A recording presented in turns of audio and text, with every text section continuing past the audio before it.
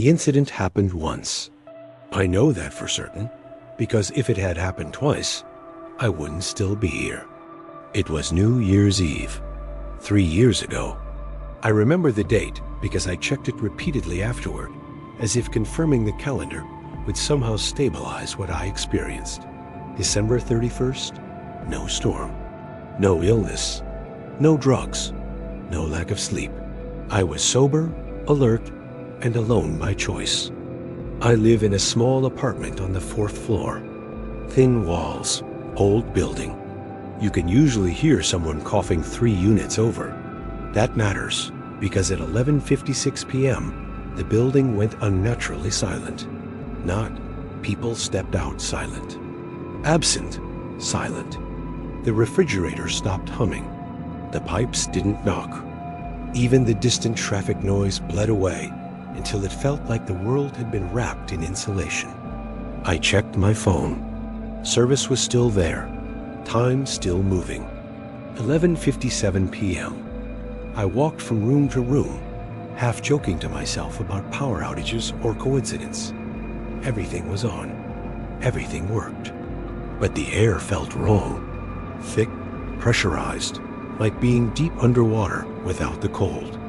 At 11:58 p.m., I locked the door. That wasn't paranoia. It was pure instinct.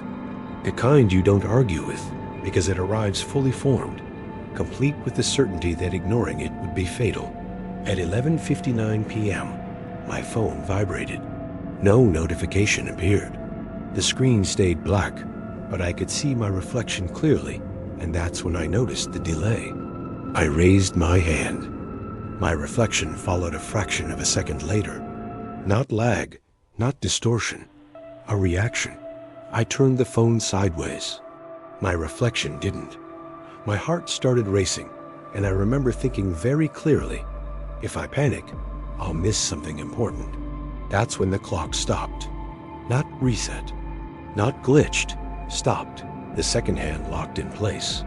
The minute never turned over. Midnight didn't arrive. It stalled, suspended like a held breath. The silence deepened.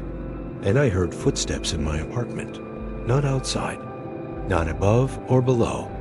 Inside. They came from the living room, slow and careful.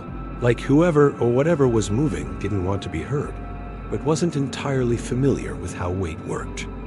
Each step was slightly uneven, as if gravity had to be relearned every time a foot lifted. I didn't move. I didn't breathe.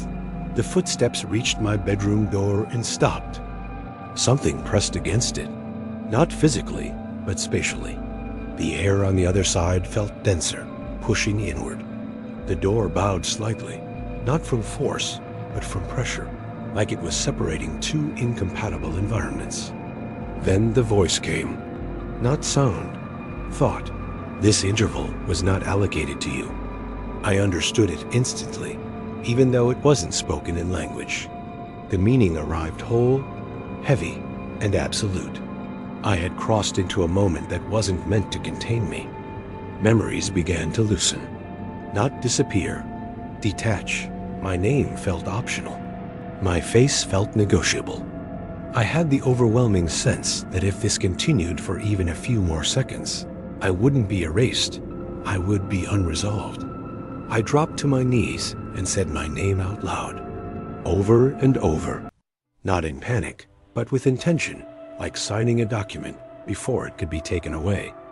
I'm still using this, I said. I'm not done. There was a pause, a consideration. Then the pressure vanished. Sound crashed back violently. Fireworks, cheers, car horns.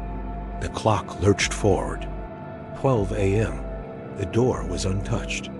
The apartment was normal. My phone flooded with messages, as if nothing had been wrong with time at all. But I was different. Since that night, nothing like it has happened again. But the year that followed felt unstable. Not bad, not tragic, just tentative. Like the world was allowing me to continue out of politeness. I feel it most when I make long-term plans. When I talk about the future with certainty, there's always a faint resistance, Like pushing against something that hasn't fully agreed I belong there. And every New Year's Eve, no matter where I am, at exactly 11:59 p.m., I feel the air thicken, like time remembers. Like something is still aware that I was never supposed to finish that minute.